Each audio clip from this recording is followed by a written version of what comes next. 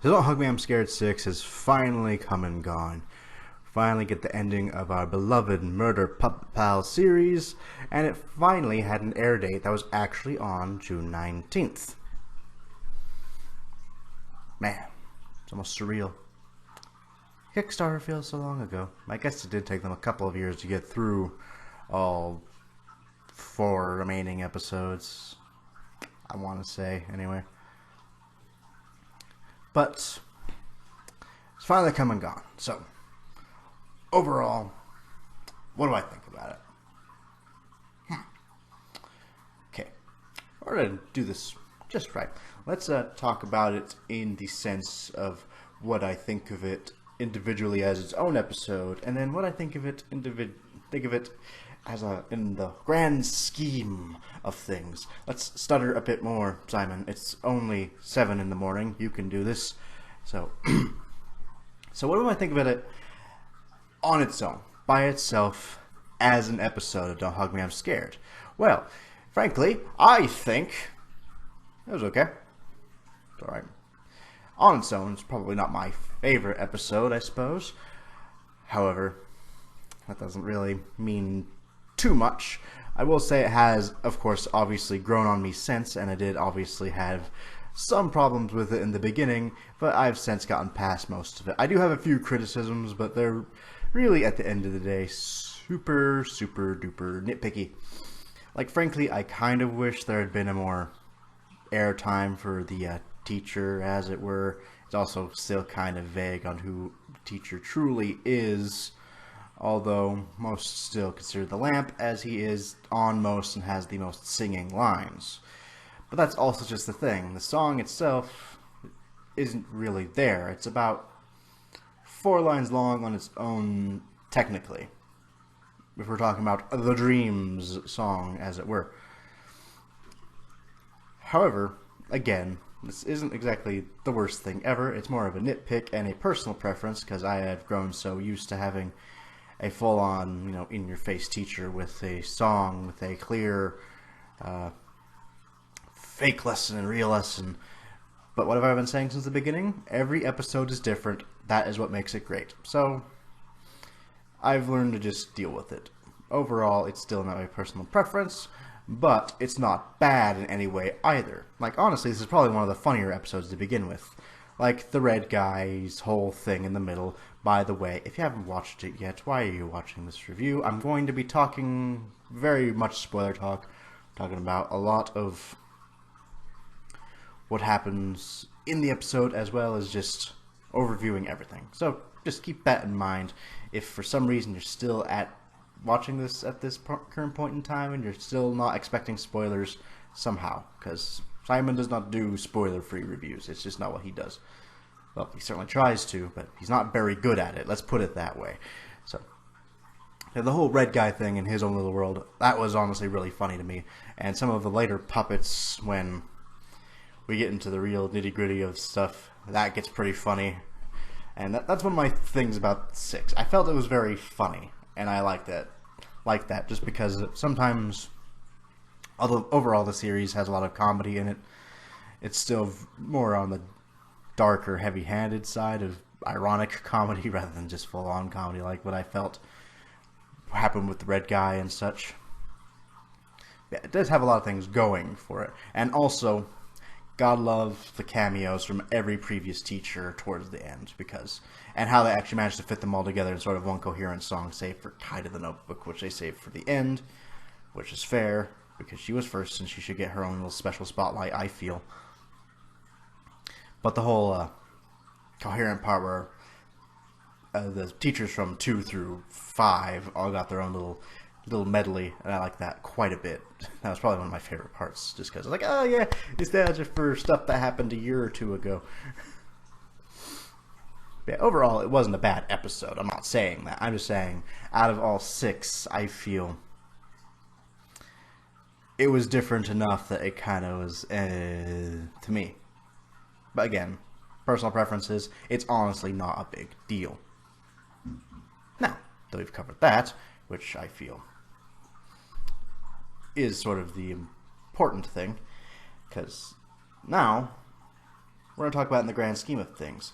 But what about the fake lesson, real lesson, Simon? It is still technically there. Exactly. And the best way to talk about that is by talking about Don't Hug Me, I'm Scared in the grand scheme. What was this entire series about?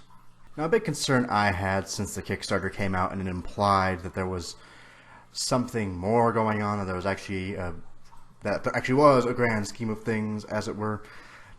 Big concern I had from day one was like, oh god, please don't let them actually be dead. Please don't let this actually be limbo, hell, etc. That would just be so cliche, and I'd actually be very disappointed. Now, I will admit, the truth of it is actually technically kind of similar in its own way, but it is unique enough that I think it is brilliant. Again, more personal preference than anything, because really, although it does turn out there in something the whole time, it's not what you expect, because Don't Hug Me, I'm Scared the entire time was all a show. Well, no duh, Simon, I hear you say sarcastically, which I get, but that's just it. The entire series was a show in a show. It was sort of a Truman Show take, almost, where they sort of don't realize they're in a show. Or do they? It's actually kind of hard to tell what they do and do not know in their own little universe, as it is. So let's rewind a bit. Let's go back to Don't Hug Me, I'm Scared 1, the creativity episode. So during that initial freak out that has made the series iconic at this point, because that's where the show really started to show its true colors, was during this segment where shit just goes crazy. During that first initial transition where it shows everyone as those really weird, choppy 3D models, which much props to them later in the computers episode where 3D models look very nice. But during that transition, what is happening before they go back to being reality? They're being filmed. Now, at first, we didn't really think about that. We thought about that as just part of the creativity lesson and just being sort of meta in its own way, because, well, the whole thing about creativity was it was about censorship, so it was treating it like it was a show being censored in its own way, so we didn't even think about it then. But now that we're at the end, and you realize what it is, you realize they're being filmed from the get-go. Now, it's not really touched upon much again in 2 or 3. If it is, I have not caught those hints, save for a big one I'm going to save for the end, but technically that hint's in every episode except for 1, and you probably know what I'm talking about at this point. But after 1, the next time we're even touched upon again isn't Don't Hug Me, I'm Scared 4, which... what happens in Don't Hug Me, I'm Scared 4? Well, Red Guy leaves their reality, and what's happening in out of their reality, in this other, truer sense, they're being filmed again. Twice, it does the reference to them being filmed. I mean, that's not that weird, is it? Or is it? Because what happens when Red Guy actually realizes they're being filmed? He's killed off. He's killed off of the show because he has broken the 4th wall. And it's proven because in 6, it's shown he is indeed very alive. He's just not on the show anymore. And then what happens in Don't Hug Me, I'm Scared 5? Well, again, the duck begins to realize that something isn't right. Something is amiss. And he is very much more aware of this than the yellow guy in this episode. And then what happens to him? He claims and he says, I quote, "I don't want to do this anymore." And as he does, he runs off and the camera reveals they are on a set. Now, realistically, of course we know they're on a set, but in the realm of the show, you figure it's just a house. But you realize after that, it's again a set. They're being filmed. Now, in one thing, that's alright, but the show never really seems all that meta when it comes to other episodes, like 2 and 3, for example, don't touch upon them being filmed at all. So just kind of nodding at it once in the opening episode, and then not again until episodes 4 onward. That's kind of suspect, wouldn't you say?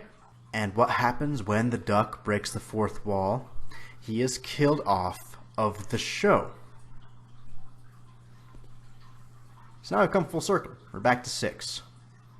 And what makes us realize all of this is after the red guy somehow makes it back onto the show, but backstage almost. And he realizes the controls there alter the reality the yellow guy is still in.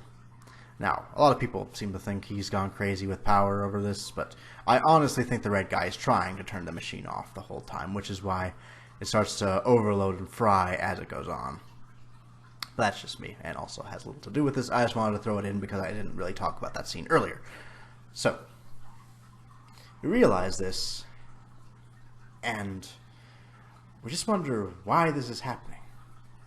Who's behind all this? Who is pulling the strings? What is truly going on here? Well, who's the only other reoccurring character? Who is the creepiest motherfucker on the show? Roy. But who is Roy? Like, we know he's Yellow Guy's dad. It's pretty prominently shown that he's the Yellow Guy's dad, as there's a lot of pictures with him. He refers to him as his dad in 2, which there's a very important point to that, which I'll get to as we go along. But who is he otherwise? He's the executive producer of the show.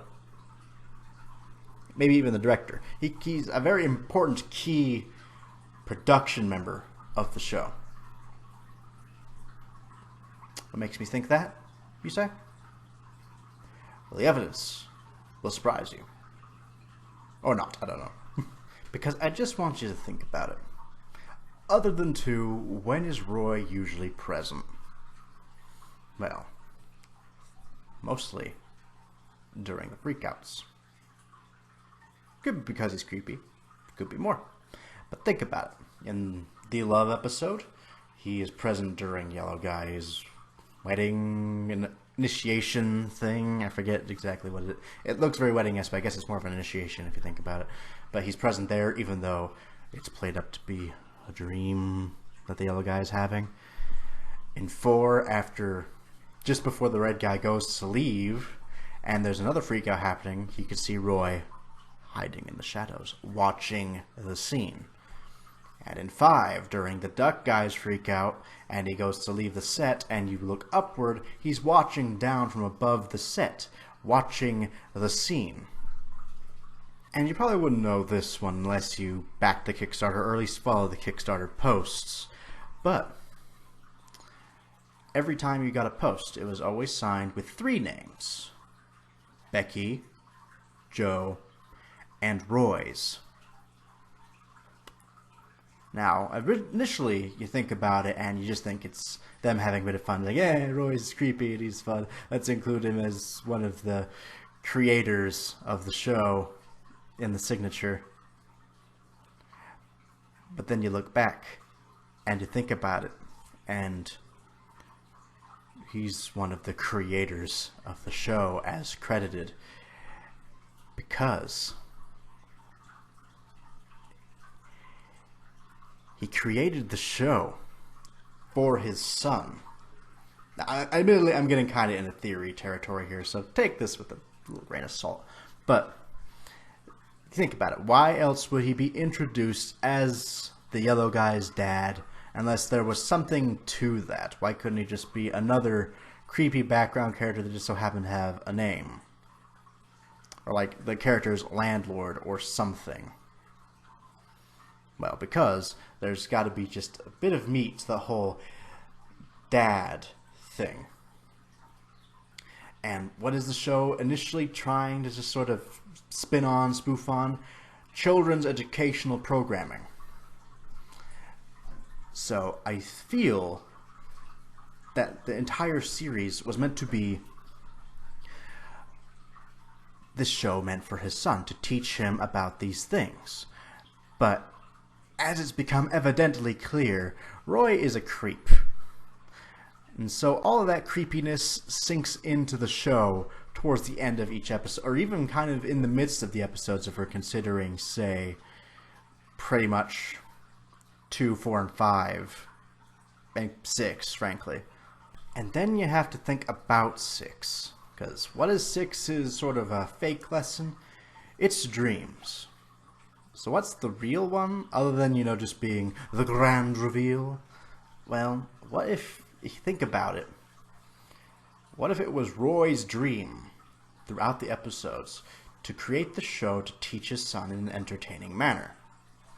Of course, him being a creep, it doesn't go very well. But maybe that was just his dream, to sort of teach him in his own weird way. So he came up with this weird Truman Show. And his weird, clear, interdimensional magic he clearly seems to have, as shown in 6 and among other things. But, again, just think of how it was sort of this... If you sort of see it as this just sort of being his full dream of what he wanted to do, and then just have it not being going right the past few episodes because he was forced to kill off a few of his son's friends from the show... And it seriously seems to affect him in 6. Which is why I think he goes to seek out the red guy. To sort of let him know what's up. In his own weird way. Because now his son's not even really participating in the show as he once was. Because keep in mind, and everyone, the yellow guy always seemed to be the optimistic one. The one who seemed to be having the most fun. He was a little freaked out in 3. But overall, he seemed to be the most ready to jump on board as it came to the episodes. Like, even after the red guy vanished, he wasn't affected too badly. It was after both of them were gone that he realized something was amiss and he was alone, and that was sad. And then, so, now that it's not going right anymore, now that Roy's dream has gone awry entirely, what does he do? Really finalizing the idea that this is a show? He has the red guy pull the plug, literally. But pull the plug is just a common saying for when you're canceling a show, is you pull the plug on it. And so, the show was then canceled, right? Not entirely, because in the very last scene, they're all back. And they're all different colored for reasons, but think about it. It's still Roy's dream after all. This is still what he wants to do. But he's going to do it differently this time. So he rebooted the series. And that is full circle, ladies and gentlemen. That is what Don't Hug Me, I'm Scared is about. It is Roy's dream. Not like, sleeping dreams, but, his passion. What he wants to do is to be able to teach his son all the lessons of life in his own sick little way by just making him as fucked up as possible. And since it didn't really work out the first time, it's sure to work the second time, and it's going to be better because he even made them their favorite colors and everything. And that is just Don't Hug Me, I'm Scared in a nutshell. Now that I've seen it in full, what do I think about it? It's still very much one of my favorite web series. It's just very well created, very well orchestrated, very well put together. It sounds great, it looks great, it's just very clever. And its story, although it's definitely not an overbearing, overarching plot, it's still there when you look for it. And overall, I just think it was amazingly well done and worth every penny I spent on the last 4 episodes. So, do I think they'll make any more? I highly doubt it. It's felt very final to me. I've been wrong about that before. I thought Five Nights at Freddy's 3 was final too. And that's why I made that whole totally now non-canonical, irrelevant History of Freddy Fazbear's Pizza video that's in my playlist somewhere. Watch it if you want. It's not correct anymore. Was at the time. But Scott had to make 4 in Sister Location and fuck it up. I still love you, Scott. But anyway, as for this though, I'm pretty sure they're actually done. If they do decide to do like a season 2 or something, I'd be okay with that. I don't know what they could do with it, but I'd be interested to see what they could do with it. But for now, I'm just going to be safe and assume they are done. I look forward to seeing anything else Becky and Joe have planned for in the future. I will most certainly watch it and most likely talk about it as well, just because they're very creative people. They make very interesting things, and at the end of the day, that's all I'm really interested in, is creativity and interesting things. Because I'm a very creative person myself, and I can't think of anything better to say than that. So, glad you all managed to sit through me through this. I will see you all very soon. You have a wonderful day.